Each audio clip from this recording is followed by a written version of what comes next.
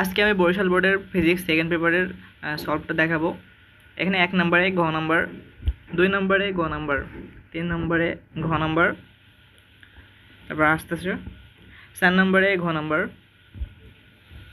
5 নম্বরে খ নাম্বার, 6 নম্বরে গ নাম্বার,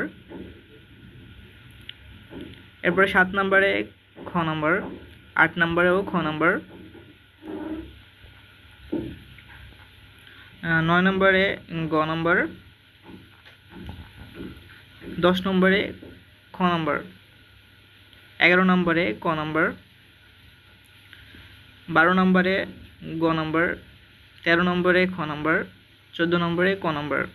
15 নম্বরেও খ নাম্বার, 16 নম্বরে ক নাম্বার, 17 নম্বরে ক নাম্বার, 18 নম্বরে গ ঘ দুইটা হবে, 19 নম্বরে ক নাম্বার, 20 নম্বরে ঘ নাম্বার, 21 নম্বরে ক নাম্বার, 22 নম্বরে ঘ নাম্বার, 23 নম্বরে গ নাম্বার, 24 নম্বরেও ঘ নাম্বার, 25-এ ক নাম্বার।